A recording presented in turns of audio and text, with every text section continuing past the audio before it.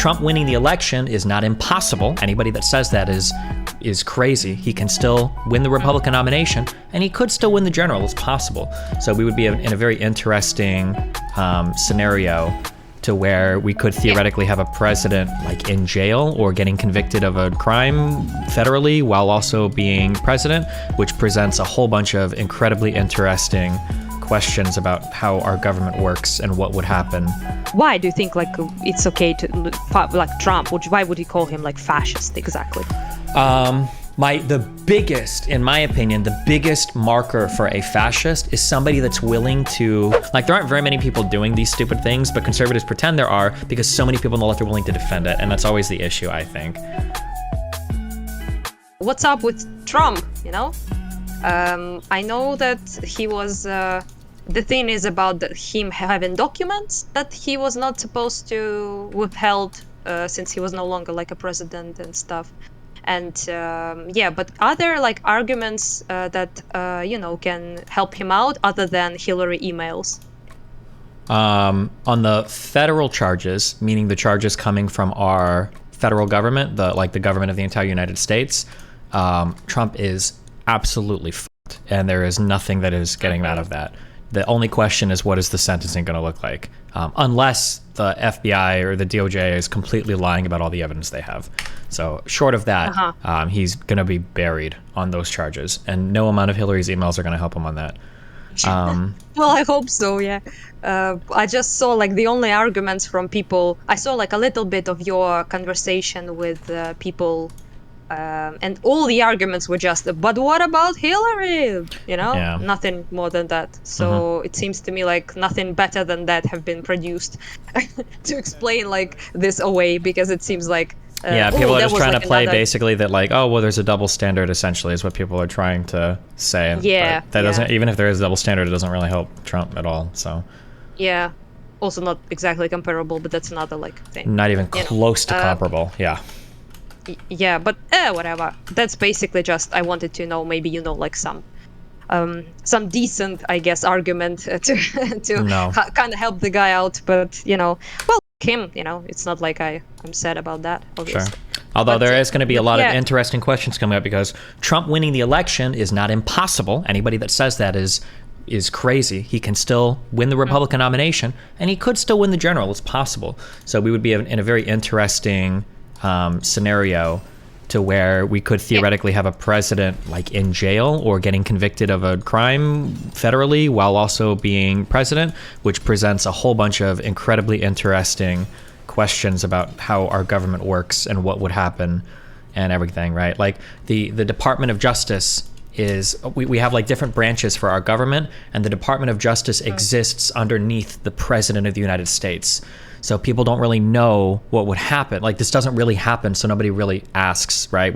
There's not like a thing built in for how to deal with what happens when the president's Department of Justice is trying to like investigate and convict him of a crime. Like, nobody has any idea how that would look, Yeah, I see. But is there like no law that prohibits him to to be a president if he has like convictions or shit like that? I could be wrong, but I think the only conviction that prevents you from running for president, I believe the only one is if you do espionage act. Like if you're convicted of espionage, I think. But other than that, you can be like rapist, murder, whatever you want. Yeah. Well, interesting.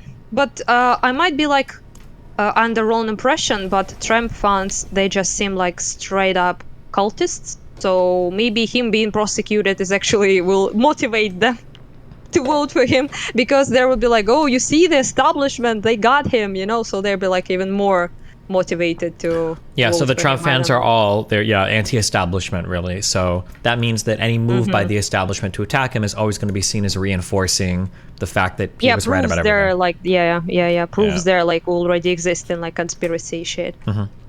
Well, that was one question, and I told you a thing, but Dylan recently like posted part of the interview, like part one of the interview we did with Right Sector Commander, one of the people who serves in 68 Mechanized Brigade in Ukraine near Bakhmut.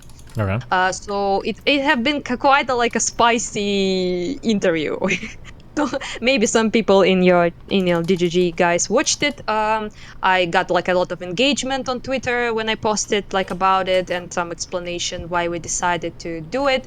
And it was like such a like moment. It basically was like my idea.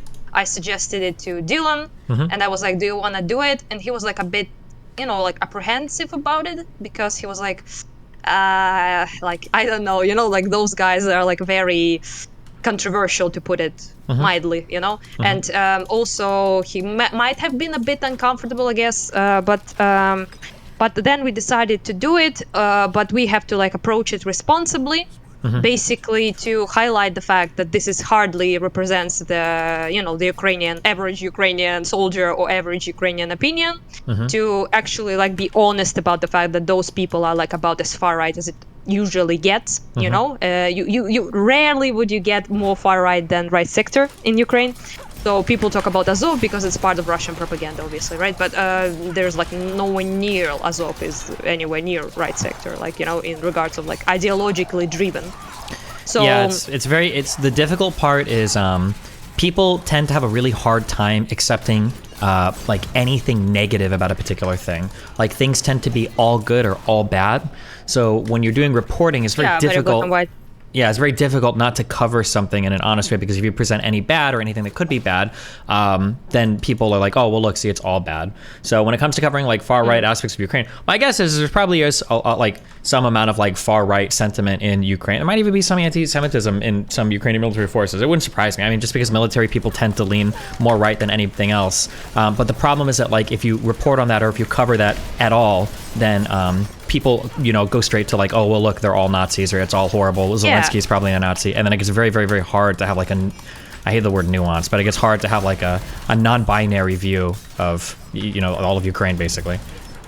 This was basically our worry, to even cover it. Yeah, but and you have to be really careful because like you can't pretend it's not there and like throw all softballs, but you don't want to like dig in on the far right aspect because then it looks really bad, and then it's like it's a difficult thing to manage. Yeah, go ahead. Yeah, it's very like kind of hard to. But then we kind of like discussed it and basically came to the conclusion that they will be brought up anyway.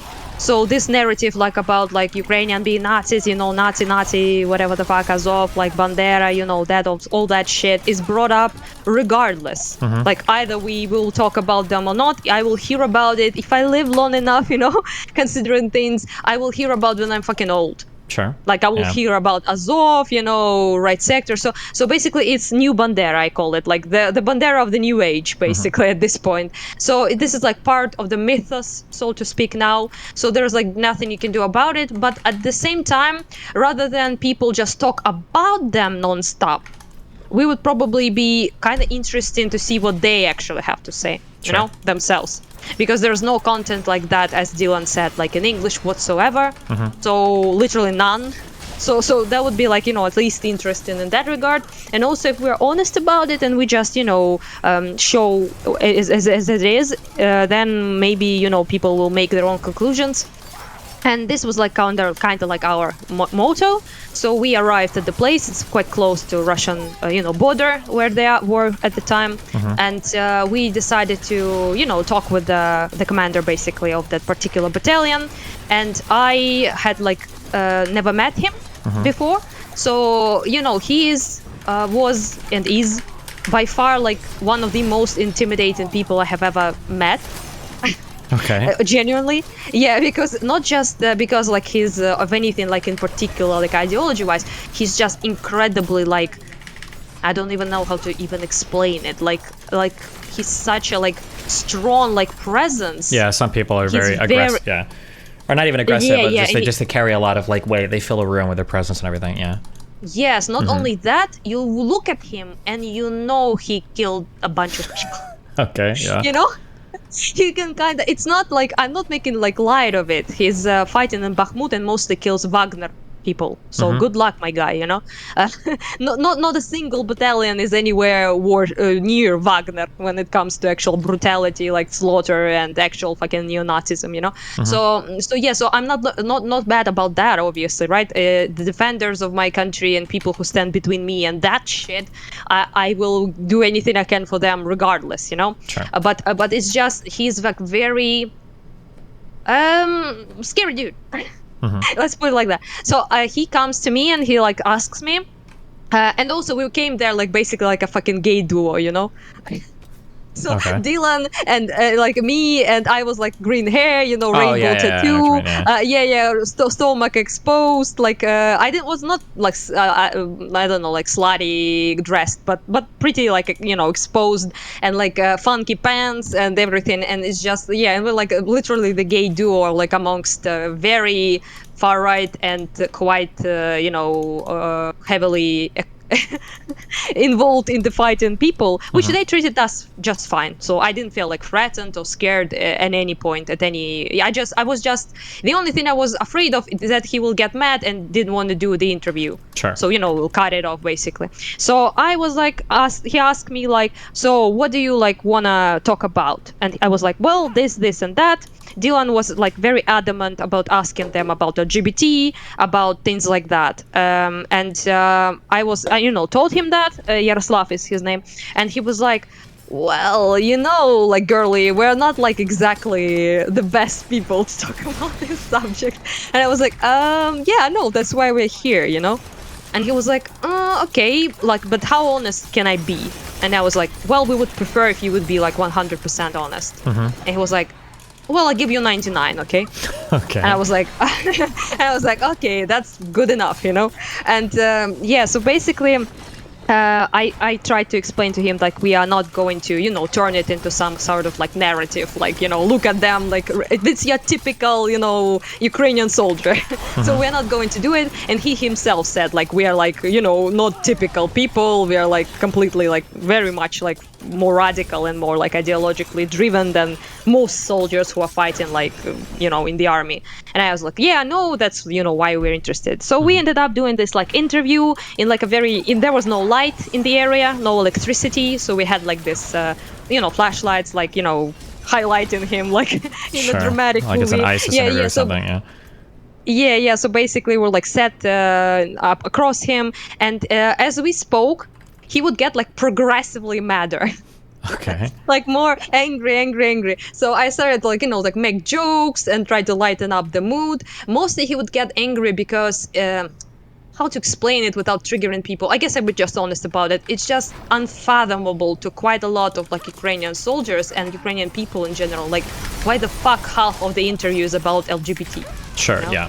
So so he basically made a very good argument about that. He was like why the fuck should we like you know talk about those topics? Like who paints like their house walls when the house is on fire? Yeah. You know, deal with like things that are more crucial now than that.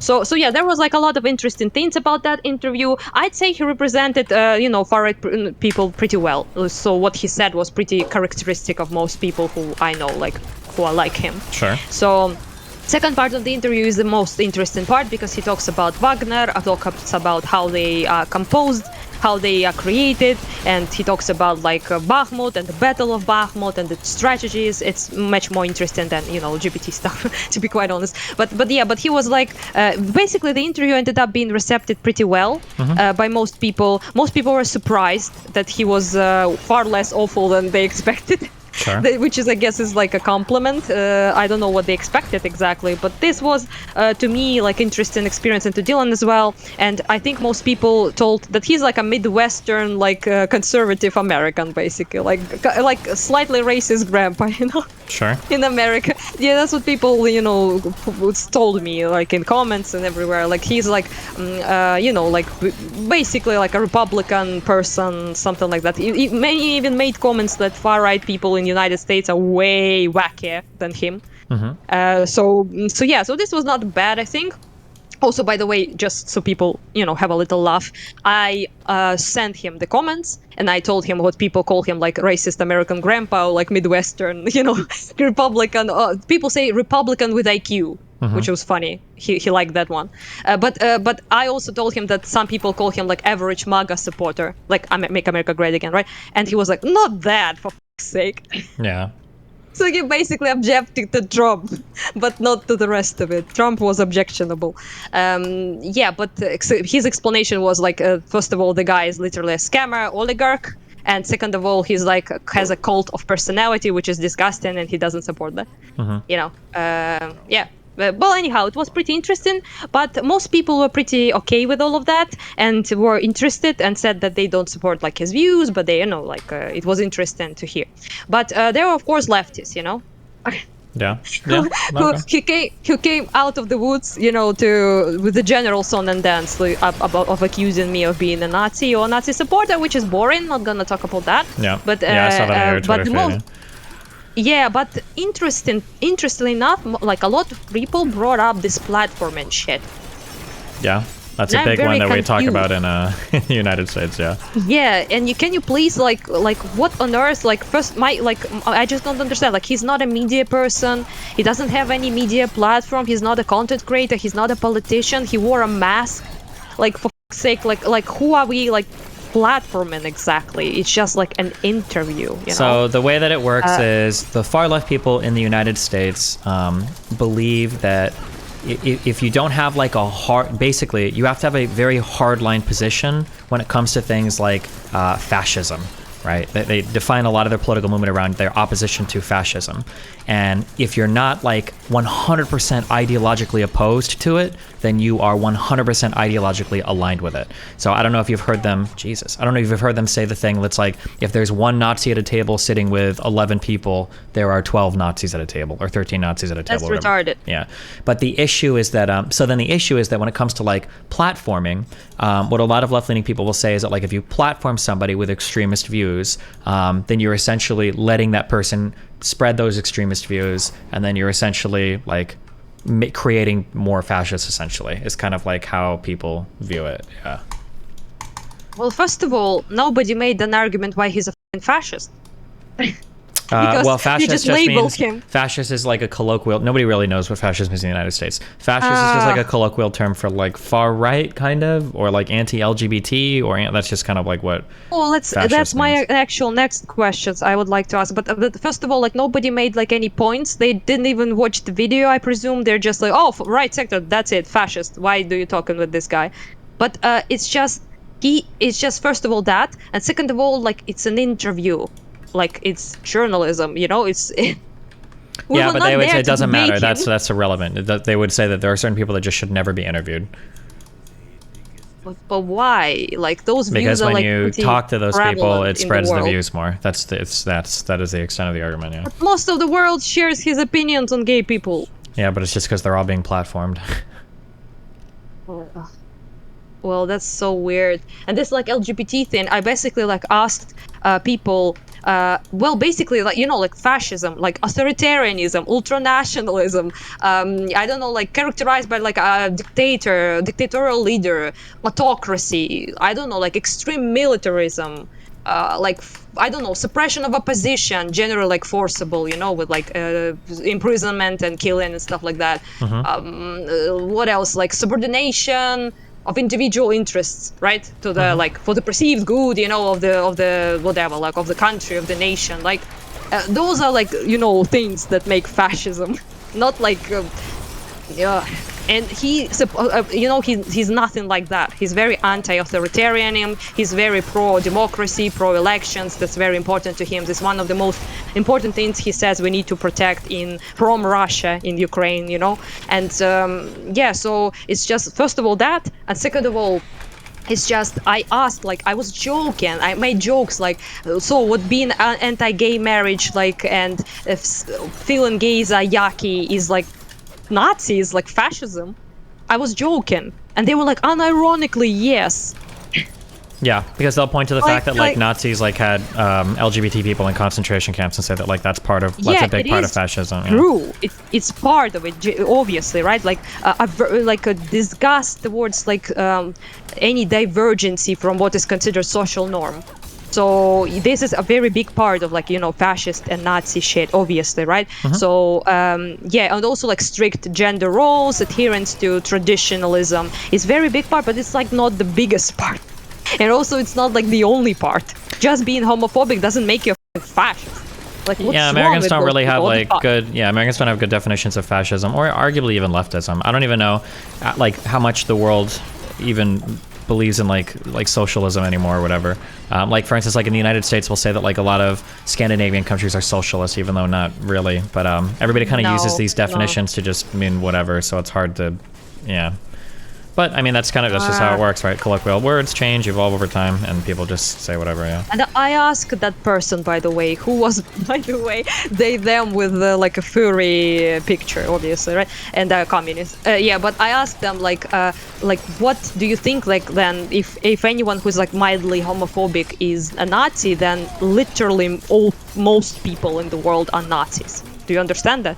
So like China, Russia with humongous populations, right? So India, Middle East, Africa, a lot of countries in Africa, right? So like most like people. Well, whoa. That doesn't work because black and brown people can't be fascist. So they haven't escaped for that one. Minorities can't be fascist. Okay. That's only white people. Yeah. Oh, so that's why the person wrote me an email. Now I get it. Maybe. Yeah, true. Because you're white, yeah. Yeah, he said like, how can you like be like, you're not even like can be a Nazi, because why you support Nazis if you're like Slavic people are not white? Which basically I'm like all over the place about that. You know, first of all, like why the fuck are we not white? And second of all, like it basically makes a point that if you're like, you can only be Nazi if you're white, which you know. Sure. And even like what white is kind of like depends. Yeah. Just. So like Japan like was not fascist then in World War II? Like I don't think they like Asians very much, so that's why they made BIPOC is to kick Asians out. So I think like Asians and white people, I think they're generally okay shitting on, but it just depends. Yeah. I don't know. The left-leaning people in the United States are kind of a mess, but they're a very small percentage of the population. They're just a really big percentage of what goes on Twitter.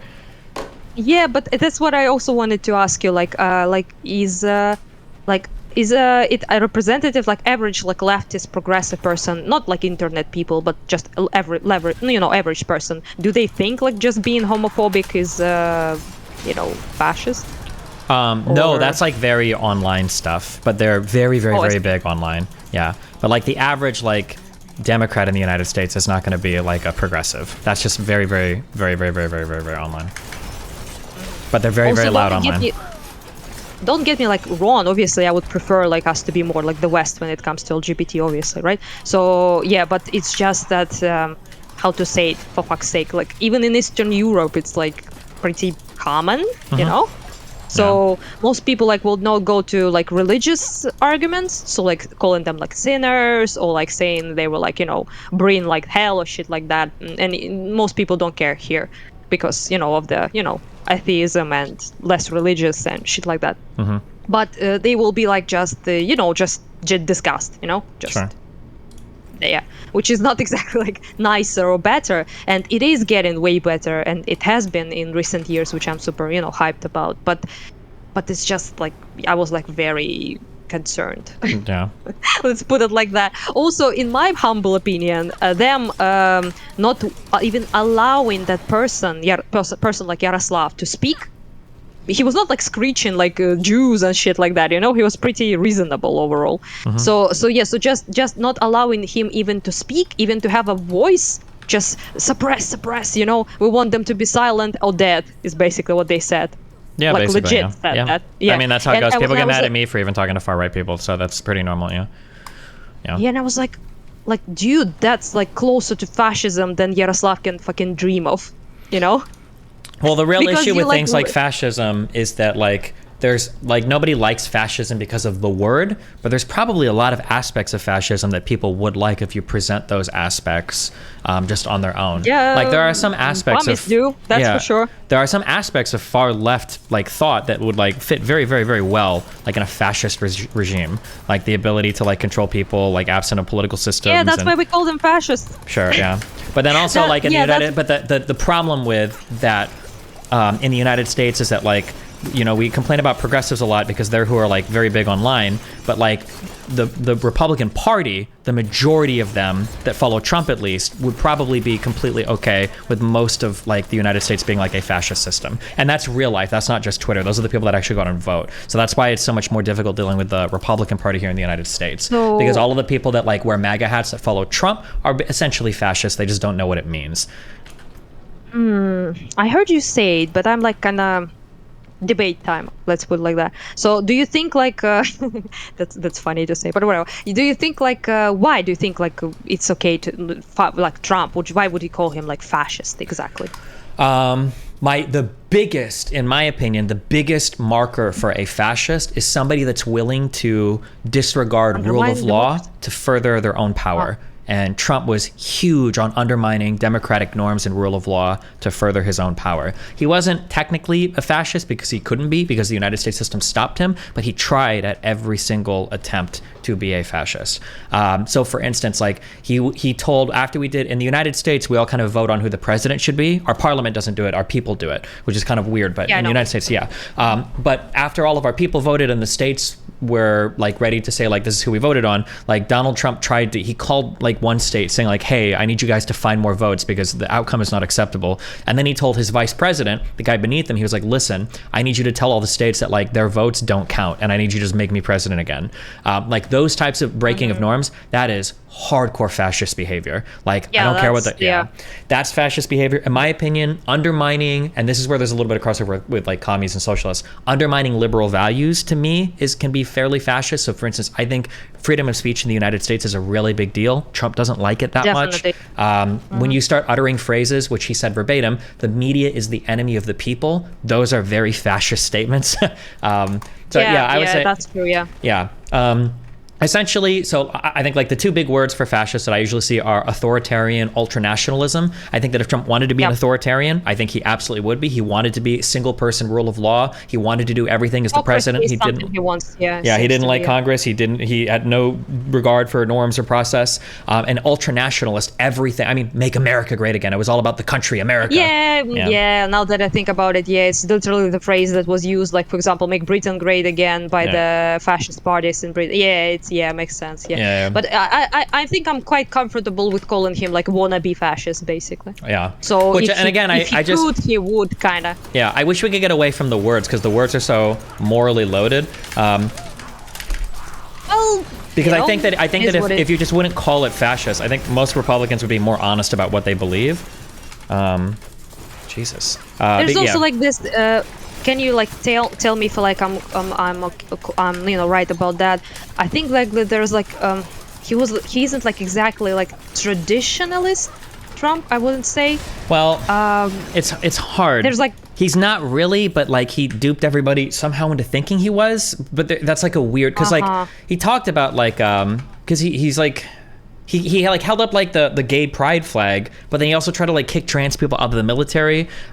He talked about like making it so women that have abortions should get like criminally prosecuted. But he also had like 3 wives and he cheats on his wife with porn stars. So I don't know. He's also supposed to be like the representation of the everyman. He's the guy that's going to fight against the system, but he's also a billionaire. So to some extent, he's just kind of like, it's really just like a perfect showcase of like how stupid the average conservative is in the United States because they will accept the political positions, even though those are contrary to every single aspect of Trump's life. But most Republicans will, if you ask them now, it's a lie, but most of them will cope and they'll tell you, oh no, well, we never supported any of like Trump's personal life. That was always bad, but we just like what he said. But they're all basically clapping along for a lot of things. They just pretend that now they weren't because it looks really bad. Well, now that I think about it, I guess there's also one of the big, like, it's not like the biggest thing, but I think like obsession with the plot is very much like his whole thing, right? So there's like this media out to get him, like the left, like whatever, like the hack it would be. Like there's like not always just the like left, this. but everybody, because a lot of the people, again, Trump was an exceptionally poor leader and he was exceptionally anti-democratic in his leadership. So it wasn't just the left that was fucking him over, it was the right as well. Like, so for instance, like he blames a lot of lifelong politicians or lifelong bureaucrats in these administrations. Okay, sorry. But the problem is a lot of them were Republicans. Like Comey, for instance, in the FBI is somebody that Trump hated with a fiery fucking passion. But Comey was a lifelong Republican. I believe the same, I think, somebody can remember, I think Christopher Wray with the CIA, I think was the same. There are a lot of like lifelong Republicans that just so happen to be, I guess, far leftist deep state plants when it came to Trump. That was what he would claim, but yeah. So would you say he participated in suppression of opposition, or is it like or was it like hard to do in the United States just in general? I think he wanted to, but he wasn't able to. No. They were just doing that in the United States. It's very, very, very, very, very hard.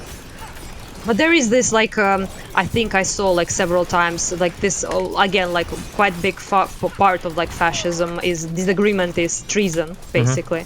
Yeah. So this is, like, very prevalent in Russia. This is, like, one of the main things. So anything that criticizes, like, Putin or Kremlin and something like that is you will branded a traitor. You will be branded a foreign agent. Immediately, and it's not like that obviously in the United States, and it's not like that with Trump case, but he does seem to be, and his followers as well, they're like very obsessed with this like plot, with like conspiracism, with like everything is against him, like it's things like that. Yeah, it does seem like cult of personality, you could say easily, I think. Yeah, I mean, he was a populist leader, right? Which is all about like cult of personality shit. So yeah. Yeah, but being a populist doesn't make you like a fascist, but could be part of it. No, but I don't think that every populist is a fascist, but I feel like every fascist is probably a populist, right? Like that idea of like, I'm gonna lead you against the system, trust me, ignore everybody else, like I'm the only one that can save you, is a pretty populist message. Like Bernie Sanders was a populist, but I don't think Bernie Sanders is a fascist. Yeah, obviously, yeah. There's also like this whole thing. Also, I wouldn't say like it's like the biggest criteria, but basically like all like fascist and though honestly like commie, whatever, like but fascist, they appeal to some sort of like frustration, like social frustration. Yeah, always. Which seems to be like this slogan, like "Make America Great Again." So basically, it kind of like even implies like it sucks now, for various reasons, right? Like, but it could be great again. So people are like frustrated, I guess, with like the media, the left, like LGBT stuff, like agenda, they say, right? Things like that. So yeah, but it's always funny because every time I would press one, I'm like, when you say "Make America Great Again," like what time period do you want to go back to? What do you mean when you say that? And people really can't even answer. Yeah, that's a good question. Yeah. But apparently, considering like what I saw from rightoids in America, I thought they would be like 50s or some shit. But they were like medieval now. Well, they don't like to say 50s because it's kind of a trap question because in the United States, we passed something called the Civil Rights Act in 1964, which got rid of a lot of kind of like legalized discrimination. So they can't really say anything before 1964, but like between 64 and 2020, like it kind of sounds weird. It's like, I want to go back to the 1990s. Like you sound stupid saying it. So it's kind of like a trap question. Well, Milo Yiannopoulos in your debate wanted to go back to Middle Ages. So, it's... Yeah, he's like, Yeah, but that's, him. I guess not the right in general. But but I kind of feel this frustration now because I, have shat on, several lefty commie people because they bug me, because I'm Ukrainian, obviously, right? But when I made like tweets basically about it, so like criticizing the leftists for demonizing the right, to to excessively like catastrophizing, to like not seeing them as people, not willing to have like any dialogue, being like cooped in their own like bubble and shit like that. But a bunch of rightoids, they came to those Twitter and was like, yeah, girl, like, yeah, those leftoids, they're like demonizing us, and they're like, they don't want free speech, and they would be like, I was like, well, okay, I guess, and then we're like, they're all pedophiles, and I'm like, yeah. I was like, wait a minute, you're doing like the same shit basically. And they were like, they're all like Satanist, like Hollywood Satanist, like child, like, I don't know, eaters or something. And I was like, what the fuck? So I realized that they're doing kind of like similar shit apparently as well. And when I called them out on that, and I was like, well, that's also demonizing to like a highest degree, to put it mildly. And they were like, oh no, it's really happening.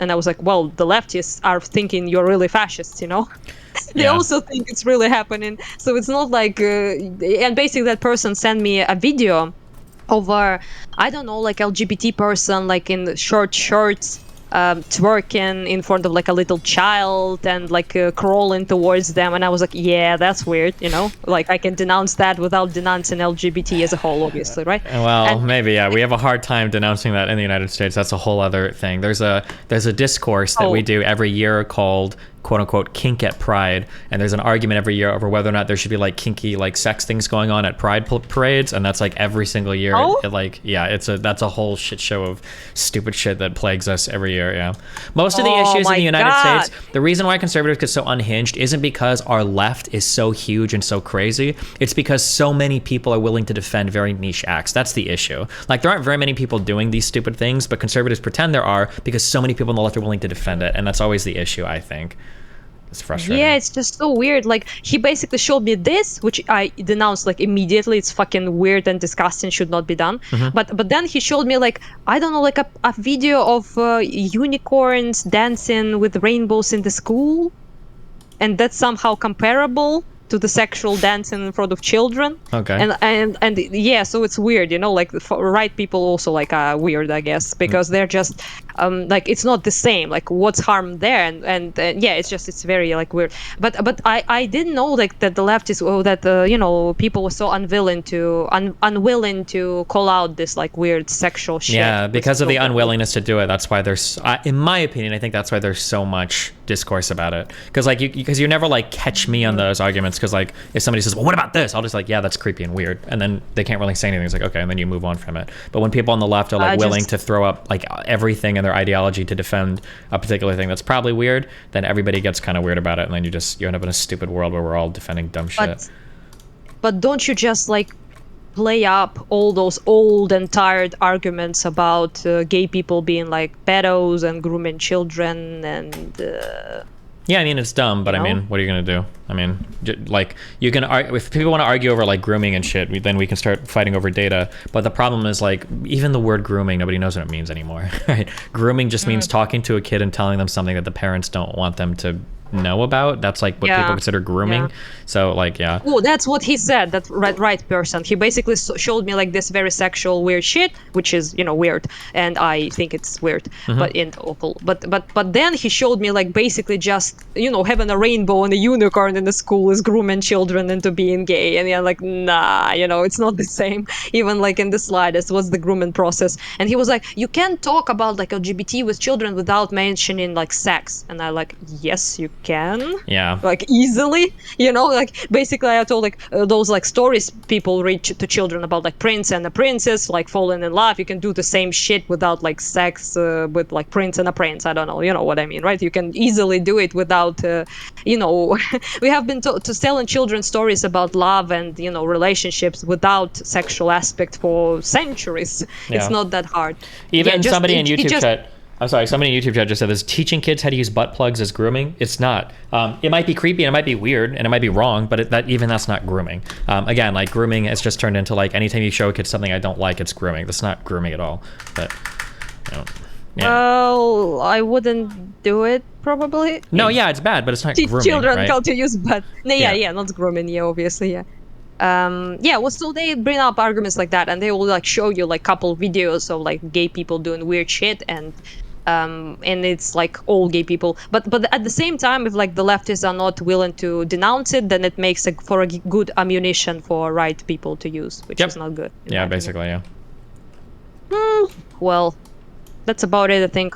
I also talked with like people about trans stuff recently, and they apparently like I met a trans person friend, Polish, and she's like, she doesn't like you much, to be honest, basically because of your trans takes. But it's just was very interesting. I like maybe like I don't know like that much about it, you know, to talk. But there was like this interesting thing I figured out. Do you know like this book people talk about, like this?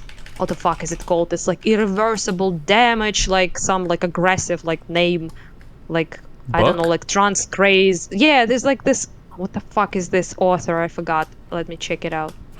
What about? Abigail, and about like trans people. Abigail book. Someone is saying Abigail Schreier.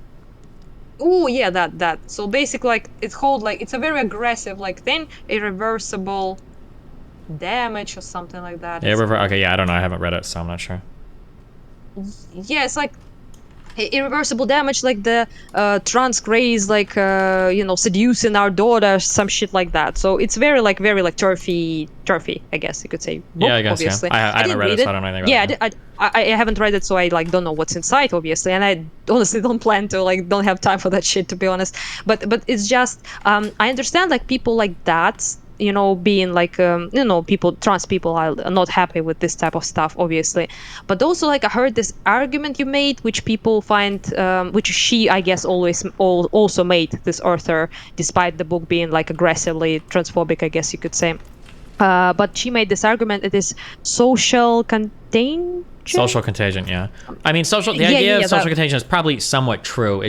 But like people stretch it to like an insane degree is like the issue. But yeah, that's what the big problem is that, like, when you the author, if you want to have an intelligent conversation about this, and I'm starting to ask people this all the time because it's so important.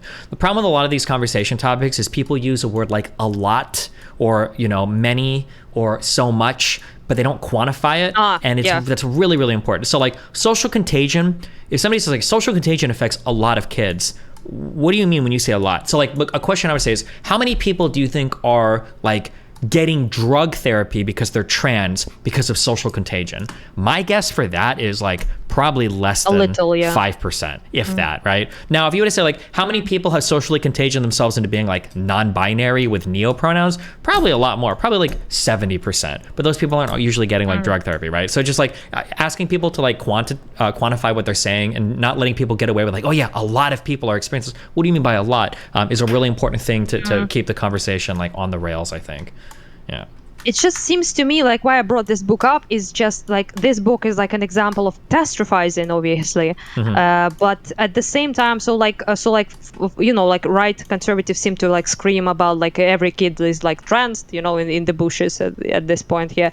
But the left, on the other hand, they seem to be absolutely in denial of like even like a concept of like the social contagion. Yeah, because they feel like if they give anything, it's kind of like talking about conservatives and guns, right? Like there's probably like this is a thing I use a lot. Like there's probably some red flag laws that most conservatives, if you get them alone one-on-one and you talk to them, you can probably get them to be like, yeah, some red flag laws are probably okay. I've known a lot of very conservative people, especially people that were cops, that are like, yeah, some red flag laws probably okay. But the reason why they don't want to give anything on it is because if you give that, you don't know what they're coming for next, like psychologically. So people on the left probably feel the same way, right? Like they don't want to admit that like any kid might be making some stupid decision because he's like been on a Discord chat or on a Twitter group for too long. So they just end up saying that it doesn't happen at all. But then both sides refusing to engage with reality makes the conversation worse and worse and worse, basically.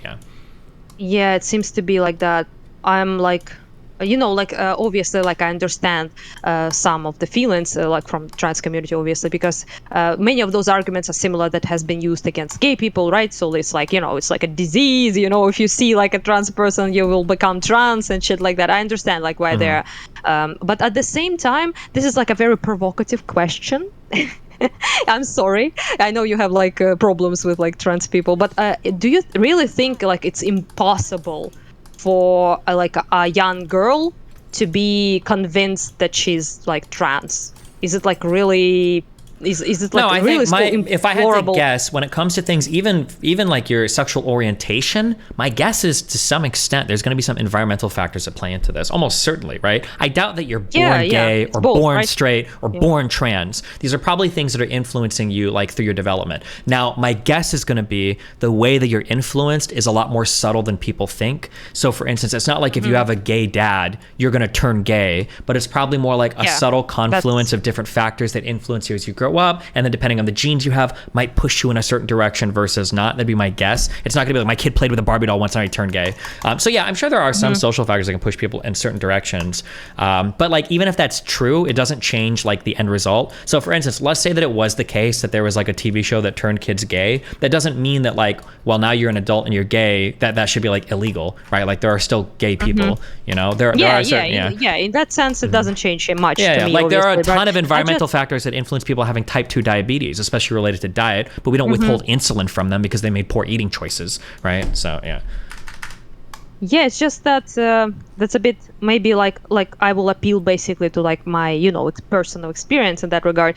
It might be a little bit like too much information for some, I guess, but not to go into like gory details. But I was like sexually abused as a child.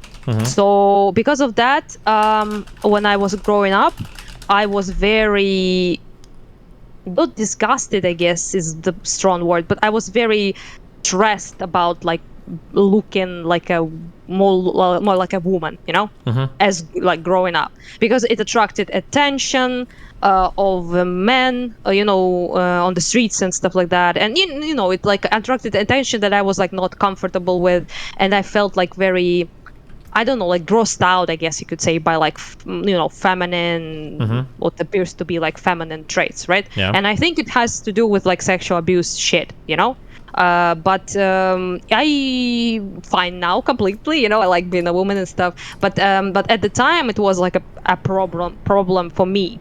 So I would like, I don't know how to explain it without being cringe, but I was like young, a teenager. I would like fantasize about being a dude, and I thought like how my life would be much better if I was like a boy or something. That maybe that thing would not happen. Although it's stupid because boys get sexually abused as well by men and women, and it's but I thought that maybe it wouldn't be like that, right? Sure. So yeah, so I think I'm not saying it could have happened. I had no idea like about trans stuff at the time, but I do think that a girl like that could be easily like, not easily, but Yeah. swayed. This is like, kind of like one of the things that I talk about a lot is that like I kind of wonder today if we something I bring up a lot. Wait, how old are you again? Actually, wait, 20, actually, it doesn't even matter because you're in Ukraine, so your social standards might be completely different. In the United States, something that I noticed was that in the 90s and in the 2000s, gender norms were super blown open for men and women. There was a lot more space to occupy as a man or a woman and different things you could be. Tomboys and girl next doors got really popular. Metrosexual men started to be very popular. Even though some men were taking on more effeminate traits, like taking care of their appearance, or some women were taking on more masculine traits, like being mechanics or whatever the fuck, they were still very clearly like men and women. It seems like from 2013 onwards, we shattered a lot of those expanded gender norms, and now instead they've gotten very narrow, and now if you occupy certain spaces, now you're like trans. So something that I wonder... Yeah, I don't like that, yeah. I don't know if it's true or not, and this is all just bullshit conjecture, but I wonder today if there would have been a lot of people that were tomboys in the 90s, or like effeminate men in the 90s, if they would have grown up in the 2010s, would they be trans instead? Would that be a good thing? Would that be a bad thing? Yeah, that's exactly what I meant. Yeah. So basically what I meant is like, not only I was like grossed out by, me, me looking like more feminine, but I was also like this agey, like, ew, girlish stuff, shit like that. And it was a phase, a short one. Yeah. Which is also, that's also really common for women, and maybe even more so than men, that when women go through puberty, a lot of kind of like the disgust and the weird stuff and the growing of the boobs and the period, like you could probably describe a lot of that as, to some extent, like some type of gender dysphoria, right? And now if you've got like a whole new way to transition to something else, and you've got people that are like uncomfortable with their bodies, and you've got like all the other angst and shit that goes on as a high schooler, like I don't know how many girls in that position might kind of like drift off into the trans stuff because they're uncomfortable or unhappy with a lot of the stuff going on with like female puberty. Maybe. Yeah. Because basically, like, again, I had like this sexual molestation shit, but other than that, I think it's just regular people who have not been like that still experience something like that. For example, like you have like a mind of a, it's kind of like a bit genderless, right, in a way, when you're like a child. It's not like as gendered in your head, like you're just yourself, right? But so you are like a child still, and you like think like a child, but people start treating you like more as a woman when you're like not a woman yet, so it makes many girls quite uncomfortable. For example, you would get like dudes like coming up at you and making like treat you like not sexually, but like at least in some regard, like when you're like fucking 11, Yeah, I've heard that a lot of girls have that first experience when they're literally like 11 or 12 years old, where men start hitting on them and shit. Yes, that's what mine was, It's happened to me quite a lot. So yeah, because of that, I was like, it added up to my like discomfort, which passed, it's not that big of a deal, but I do think about like why it's so like impossible for the lefties to imagine like that this can be happening, because it seems to be like more girls, right, than boys now, like in terms like trans, more girls like identify in real as life, yeah, but on the man, internet, it's it seems like it's all men to women. I don't know why, but yeah, on in the real world, I think it's a little bit more female to male, or female to non-binary, but yeah. Well, yeah. So, like I said, I'm not like I'm not buying like this right wing thing that it's like, oh, like everyone will be trans in a couple of years, obviously, right? But at the same time, like I don't know, like the left approach seems to be weird as well. Yeah. And also they like equate it with gay people way too much, in my opinion, because being gay does not involve like medical treatment, doesn't involve like medical procedures, and yeah, like a lot of stuff that trans people seems to be in need of or deal with, at least. So I don't think it's like exactly like one-to-one comparable in that regard. Yeah. Yeah. Well, yeah, I guess I probably should talk with my friend about that as well. But yeah. All right. Well, have fun. Be careful. Stay safe. Yeah. Bye, everyone, and bye, Steven. Bye, DGG. I gotta go to sleep. See you later. Good night. Yeah. Good night. Bye. Hold on. Somebody in chat said, "Did he just say with a straight face, Wilson? Did he just say with a straight face, teaching kids to use butt plugs isn't grooming, just slightly unorthodox? I never said it was slightly unorthodox. Why did you add that? Are you a pedophile? Like, do you want to molest children?" Wilson in chat. Wilson, the member in YouTube chat. The disorder you're talking about is this called penis envy, BSM 1-4 change in 5. Thanks, buddy. I never said it was slightly unorthodox, okay? Having sex with children is not grooming children, okay? And I understand now this is like a lost battle because people just use this word to be whatever, so it's not even worth fighting over anymore. But grooming refers to having a non-sexual relationship with a person where you have some degree of authority and then you abuse that degree of authority later on to have sex with a person. That's what grooming is. That's what it means. Grooming doesn't just mean having sex with a kid, and it doesn't mean having sex with, like, yeah, that is, you guys just use like grooming is when you tell a kid something you don't like, or grooming is something bad, right? Also, it doesn't even necessarily have to be a child. You could theoretically groom somebody who's over the age of majority. You could groom a 19-year-old theoretically. There are tons of, like, let's say you could argue that a lot of, actually, I don't want to give examples. If you don't understand it, you don't understand it. But like that's what grooming is supposed to mean. But now grooming just means anytime you tell or do something to a kid that you don't want, which is stupid.